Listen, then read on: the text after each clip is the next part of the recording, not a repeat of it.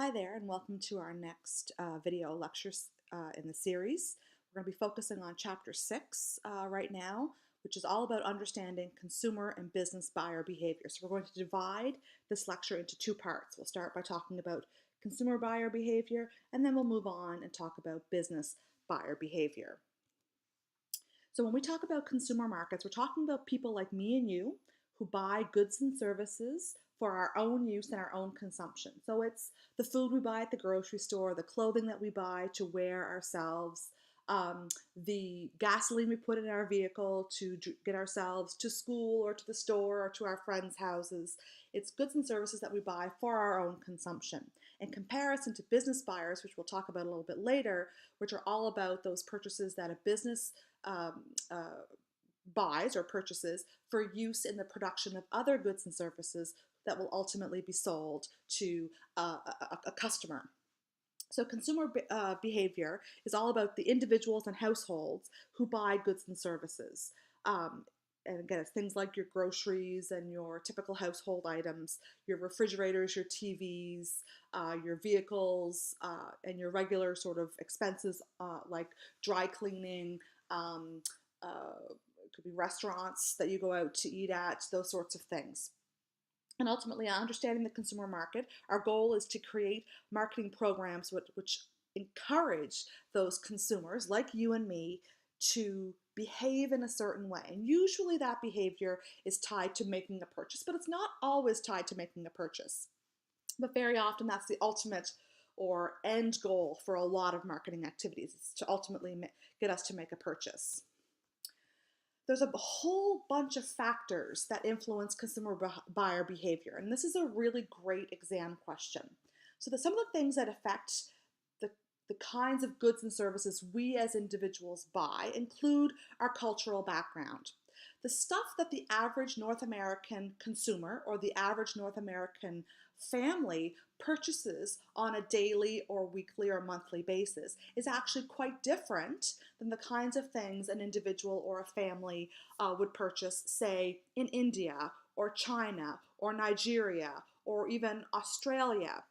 So some of the things that we purchase are basically derived from our cultural background and our cultural experience. It includes the prominent culture in which we live and belong. So in the case of most of us here in PEI and in Canada, it would be the Canadian culture.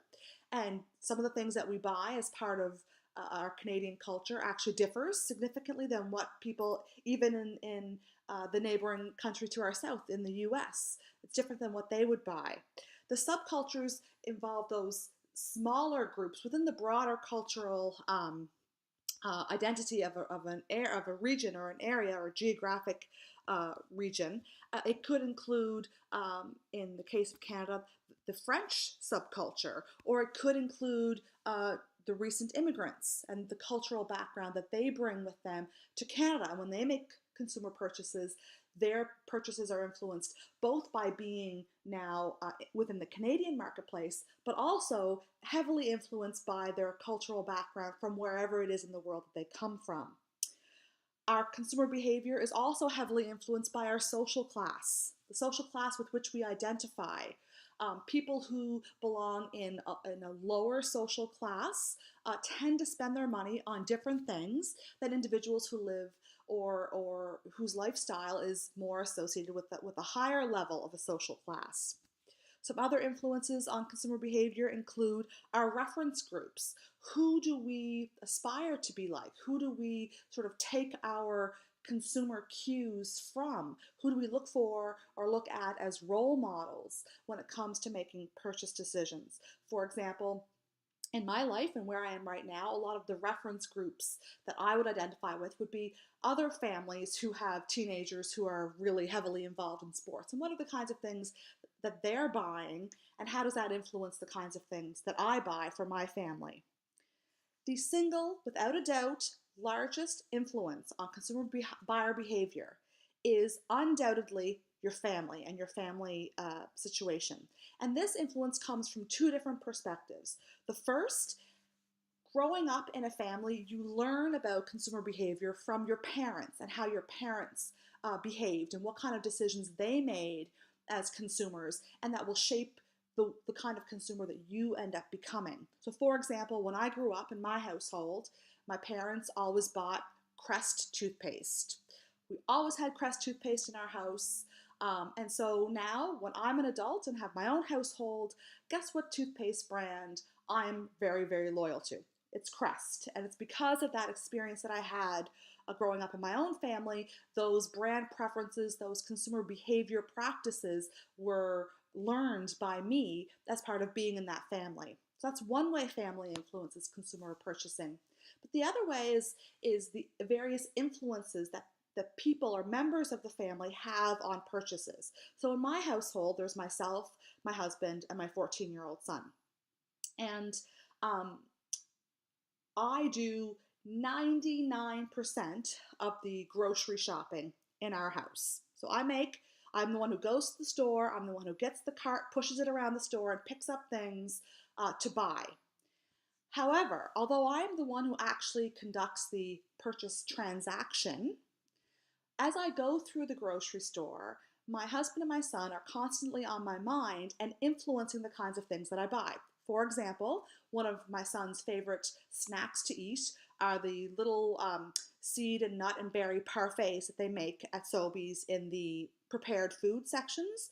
I don't particularly like those, but I always make sure I swing by that area in the grocery store and pick up some of those for him. So even though he's not with me when I'm doing the groceries, and he's not the one who's actually paying for the groceries, and he's not the one picking things up off the shelf, he's influencing the very things that I buy on a daily basis. We just purchased a new vehicle. One of the criteria that we considered when we were making a purchase decision about a new vehicle was, well, is there enough room for my son's hockey bag? So even though he has nothing, he can't drive yet, he's certainly not paying for the vehicle, the fact that he's a member of our family influenced the kinds of purchase decisions that we made.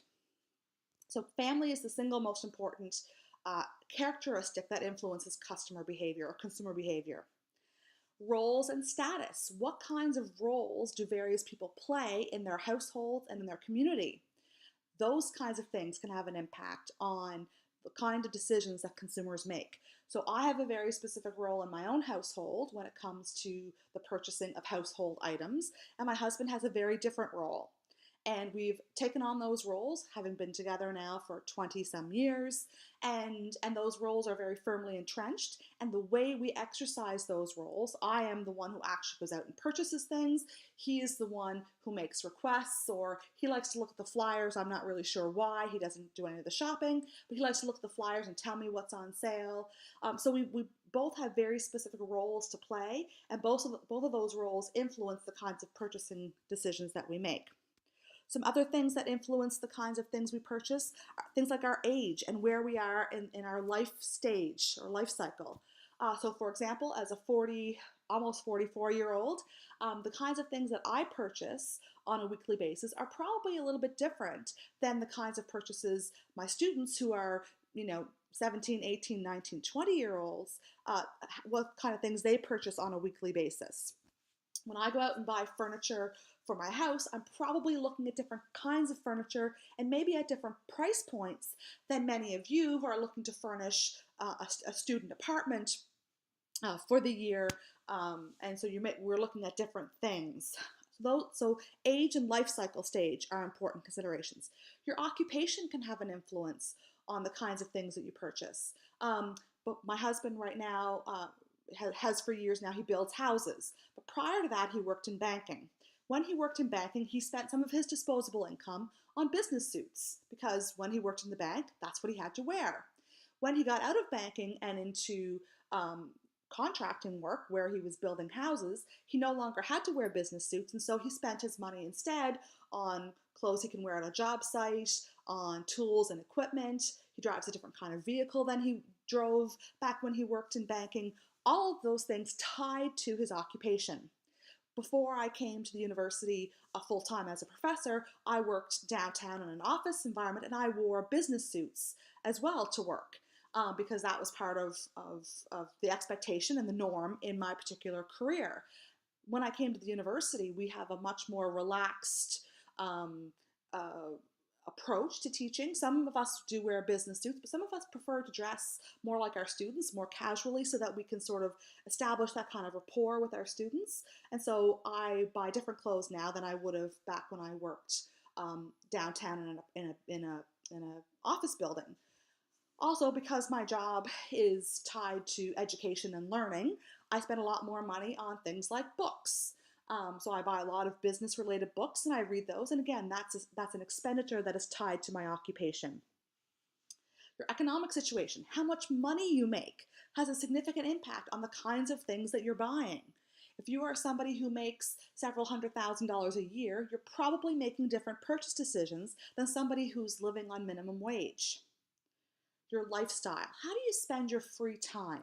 In my household, just where we are in our life cycle, our spare time is spent at the hockey rink or at the ball field because that's what our son is into. And so a lot of our disposable income gets spent on things like hockey equipment or going away to off-island tournaments or eating out because we're running to a rink or we're coming home from a game. So those kinds of things influence, our lifestyle influences the kinds of things we spend our money on. If you're somebody who likes video games, then I suspect some of the money that you have, your disposable income, would be spent on video games. If you're someone who's really into music, you might be spending some money on music. If you're somebody who likes to read, you might spend some of your disposable income on books. If you're somebody who likes to travel, you might spend money on travel. If you're somebody who likes yoga or the outdoors, you can see where I'm going with this. We tend to spend some of our money based on the lifestyle and interests and habits that we engage in on a regular basis. Things like our personality and our sense of self also can have an influence on the things that we buy. If you have a very outgoing, gregarious, energetic personality, you may actually spend money differently than somebody who's more quiet, reserved, and introverted. Some psychological factors that influence your behavior, your motivation. How motivated are you to make a purchase decision? So we purchased a new vehicle today. We literally picked it up about an hour ago. And the reason we purchased the vehicle today is because 5 days ago, my vehicle that I was driving died. The transmission went on the vehicle. And so we became very, very motivated very quickly to buy a new vehicle. We really had no choice. We needed a vehicle for our family. And so we were very, very highly motivated to find a vehicle. If my vehicle hadn't broke down, then we were starting to talk about being ready to purchase a new vehicle. Our vehicle was getting high in kilometers and it was now 5 or 6 years old. So we were thinking, it's soon going to be time to buy a vehicle, but we weren't very highly motivated because we did have a working vehicle. There wasn't a sense of urgency. So we weren't as motivated to buy in the previous scenario, but as soon as the car broke down, all of a sudden we became very motivated. We're influenced by our perceptions. And we all have perceptions about brands, either perceptions that are favorable towards a brand or perceptions that are unfavorable towards a brand. And the way we develop those perceptions is really quite complicated. And we're not going to go into it too much now, other than to say, if I could name any brand at all, many of you would have strong opinions either for or against that particular brand. And so our perceptions influence the kinds of things we buy. How we learn about products and services and brands has an influence on how we buy, and our beliefs and attitudes about products, about, say, environmentalism. If you are somebody who's very concerned about the environment, that may actually have a significant impact on the kinds of things that you end up buying. This is a really important thing to understand, to really reflect on what are the kinds of things that shape the kinds of purchase decisions that I make on a regular basis. So we went through all of these already. I don't want to spend too much time on them now. I forgot that these slides were coming. So you can just take a look at and describe some of these factors in more detail. But we've already covered them quite extensively. The next thing I want to talk about is an extremely important concept called the buyer decision process. And this is another great exam question. Every single time you as a consumer make a purchase, you go through all 5 of these steps. Now, if you're making a purchase that's fairly routine, low risk, one that you're very familiar with, you may go through these 5 steps of the consumer decision process in the blink of an eye without really spending any time thinking about or actively pursuing any of the 5 steps. However, if the purchase decision that you're trying to make is complicated, it's high risk, meaning it involves a lot of money or there's a lot of stake at stake if you don't make a good choice, or it's a product that you're buying that you don't have a lot of experience with, you may actually spend a considerable amount of time at one or more of these various steps to make sure that you're making a good consumer decision. So the 5 steps, we're going to go into them in detail in just a moment, include need recognition, information search, evaluation of alternatives, purchase decision, and post-purchase behavior. And we're going to go through each of those just very quickly. The very first step of the consumer buying decision process is to understand that you have a need, that you're looking for something. There's something that's missing, or you have a need that needs to be satisfied. You can either recognize that need yourself. Maybe you're sitting in class and your tummy starts to rumble and you realize, hey, wait a minute, I'm hungry. Or your throat feels a little bit parched and you think, oh my goodness, I'm thirsty, I need to get something to drink. Or you put on your running shoes that morning and you realize there's a great big hole in your running shoes and you realize, hey, I need a new pair of sneakers. So you could just come to this recognition that you have a need yourself. And other times somebody else tells you you have a need. It could be that your friend tells you that there's a new movie at the theater and asks you to go see it. You didn't realize there was a movie out there that you want to see. Your friend told you, and all of a sudden now you want to see it. Sometimes salespeople tell you that you need things, right? That's part of their job, is to try and convince you that you need something. So let's say you go into a fast food restaurant and you're just going to get a burger. And they say, would you like fries with that? What they're trying to do is influence you and suggest that you have a need greater than just the burger. You actually need the fries and maybe even the soft drink as well. So the first thing to do when you're making a buying decision is to recognize that you have a need. The second stage in the buying process is to gather information. And again, you can spend a lot of time gathering information, or you can spend almost the blink of an eye amount of time gathering information. The first place every consumer looks when they're gathering information about a product is in their own minds and their own experiences. All of us, whether you're 17 or 18 years old or 44 like myself, have a wealth of experience making purchases and also with various products and brands. We've all been exposed to thousands upon thousands of marketing messages. We've consumed or used thousands of different products in our lifetime. We have a wealth of knowledge about products and services already stored in our minds. We know what products we like, we know what products we don't like, in many, many, many product categories. So the first place we always look for information is our own memory. What do I know about buying products in this category? Have I had some really positive experiences with specific brands in this product category? Have I had any really bad experiences with products or brands in this category? So the first place we always look is our own mind. Now, there may be plenty of instances where there's products that we don't have a lot of experience with or a lot of experience buying, and so we may not have enough information in our own minds to ultimately resolve this step in the consumer buying process. So we may look at other sources of information. We could talk to salespeople. We could go on company websites. We could seek out information from a multitude of sources. We could go to Consumer Reports websites, see what other customers who bought products in this category are saying. There's a wealth of information, especially these days, literally at our fingertips using the internet to help us gather information about products and services that we might be interested in. Some of them from the companies themselves and some of them from third-party sources. For example, when I travel, I never go anywhere without checking out TripAdvisor to see what people who have also traveled to that location can tell me about the various hotels and restaurants and attractions that I may want to either seek out or to avoid. There's other public sources of information that we might pursue. It could be things like Consumer Reports, it could be government reports, it could be any other kind of information that's sort of publicly available, but not necessarily from companies themselves.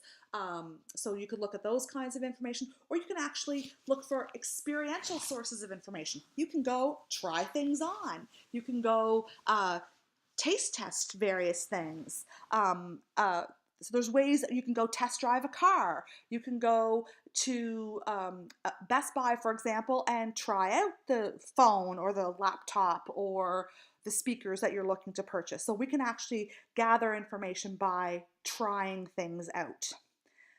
For some of these, some products or some purchases, this stage is one where we literally spend a fraction of a second. If I'm going to the store to buy a pack of gum, I promise you I don't spend hours upon hours doing research about the various brands of gum, or I don't seek out advice from friends and family and colleagues. I don't talk to the salespeople. I have enough experience buying gum that I feel very comfortable. I know the different brands. I've been exposed to lots of marketing messages about these various brands. I've had experience buying gum before. So I don't need to spend a whole lot of time gathering information. I'm quite comfortable making this decision based on the information that I already have in my head. However, when I just told you we bought a new vehicle, yes, we sort of did it in a rush. We bought it over the last couple of days, but we'd actually been starting to gather information about possibly buying a new vehicle for several months now. And we did talk to various friends and family members who purchased a new vehicle in the recent past. We've test drove a number of vehicles. My husband spent quite a bit of time online looking at the dealership websites, and also places like Auto Trader and Lease Busters. He looked at Consumer Reports. There's a government website that tells you about fuel efficiency of various vehicles, so we checked that out. We talked to a salesperson at the Nissan dealership. So we actually gathered a wealth of information over a fairly long period of time before we made that decision, because if we're going to spend $40,000 on a vehicle and keep that vehicle for 3 or 4 or 5 years, we want to make sure that we were making the best decision possible. The next step in the buying decision process is to evaluate the criteria. What's important to you when it comes to making a decision about this particular product category? And for all of us, the criteria that are important to us can actually be different. When I'm buying a vehicle, the criteria that were really important to me was safety. Did it fit my family and our lifestyle? In particular, the fact that our lifestyle sort of is derived around hockey bags, hockey sticks. Is that going to fit neatly in the car? We were looking for an SUV. We liked being a little bit higher off the ground, but we didn't want a minivan. Price was a consideration, but it wasn't a main driver. We had a price point that we were quite comfortable with. So those are some of the things that were really important to us. But if you are a 17 or 18 or 19-year-old student and you're looking to buy a vehicle, I suspect price is more of a consideration for you. You might be looking for a smaller vehicle, one that's even more fuel efficient, one that may be more compact. There may be different things that are important to you when making a decision regarding that particular kind of purchase. So figuring out what criteria are important to you and then evaluating all of the alternatives against that criteria is the third step. The fourth step is actually making the purchase decision, deciding what you're going to buy and actually executing the transaction. So for the vehicle that we purchased, we had to make a decision. Where were we going to buy it? We had an option of buying it here in Charlottetown or buying it out of a dealership in Moncton. My husband wanted to support the local dealership. There wasn't much of a price difference, so we decided to buy locally here in Charlottetown. We had to make a decision whether we were going to finance the vehicle or whether we were going to lease the vehicle. So that was a decision we had to make.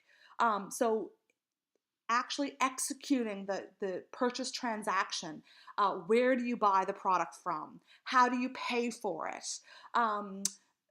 What terms and conditions for certain products that might be relevant. So thinking about those kinds of things in your purchase decision. That's step number 4.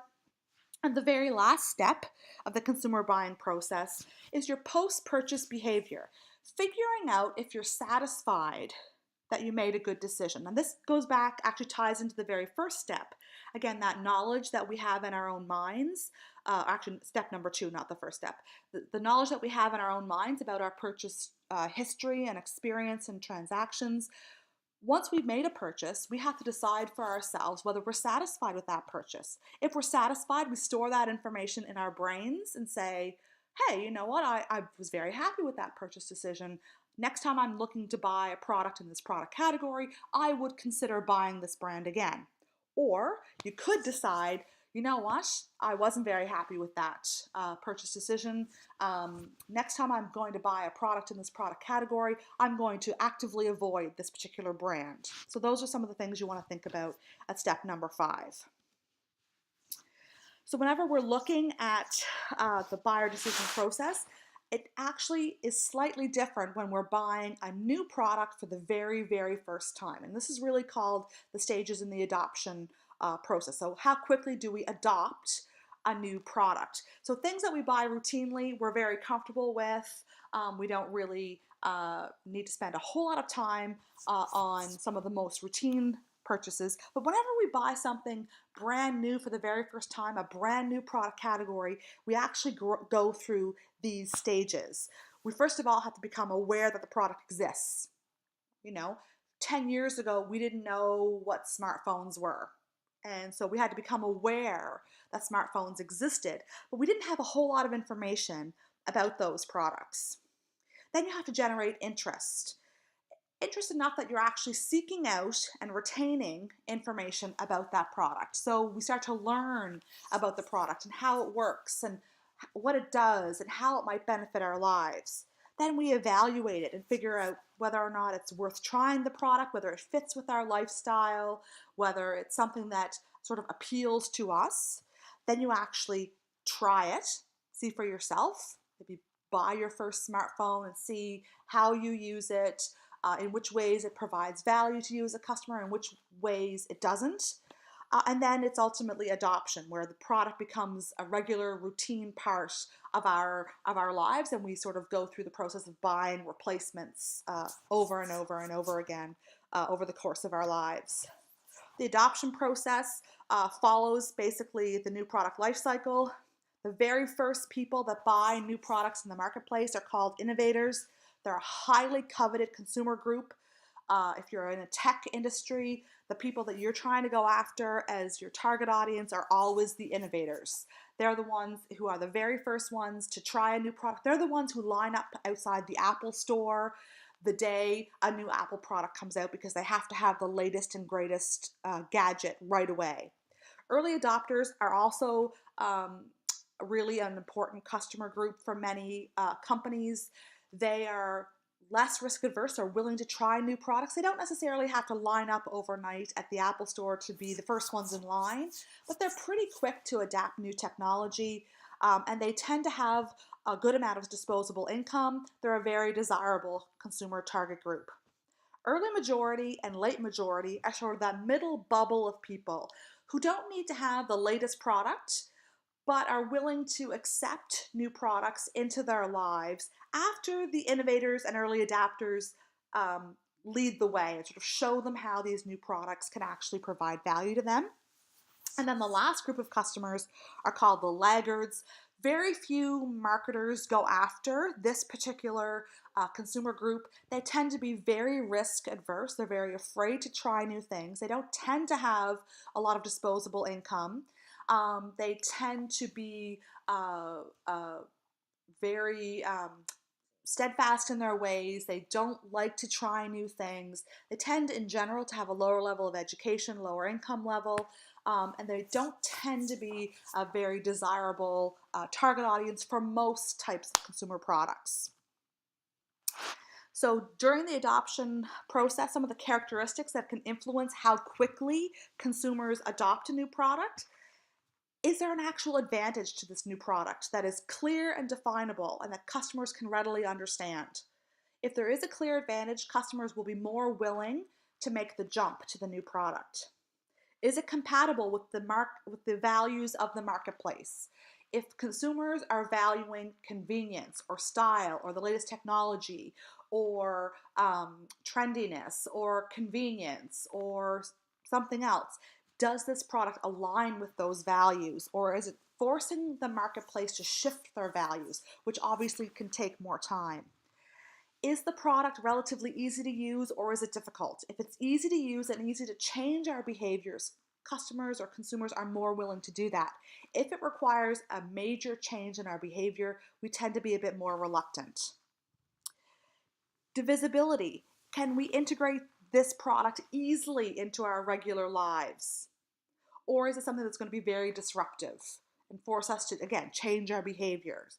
And is it communicable? Meaning, can we communicate the benefits to prospective consumers in a way that they can understand and internalize those benefits?